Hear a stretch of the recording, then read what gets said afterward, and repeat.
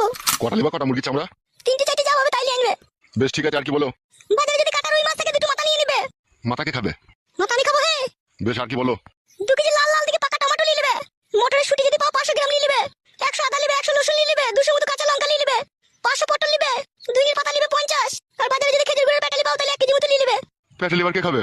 জানো না? হ্যাঁ, তোমার লাতিন খাবে, চাচুকুটা মুড়ি দিয়ে খাবে ও। আর কি? যদি আলু নিয়ে নেবে 2 কেজি মতো। বেশ ঠিক আছে, আর কিছু? আর শোনো একটা কথা শোনো। আর এদিকে দেখো ব্লাউজটা ছিঁড়ে গেছে, একটা কালো রঙের 32 সাইজ ব্লাউজ নিয়ে নেবে। গুদ কেলানি ছুরি এমনিতে হয়েছে না, আবার ব্লাউজ মারাইছে। কি গো, কি ভাবছো? না না, ভাবিনি। এখন বাজার করতে গিয়ে এখন ব্লাউজটা আনতেই হবে। বিকালে এক সময় এনে দিলে হতো না? তাইলে আমি 10টার সময় চান করে কি পরবো? একটাই ব্লাউজ পরবো নাকি? ফেদা পড়গা তুই খান কি মাগি। কি গো, আনবে কি আনবে না? বাজারে তো গেছি, যদি ব্লাউজ পাই আমি ঠিকই আনবো। খুঁজে দেখবে 2 একটা দোকান।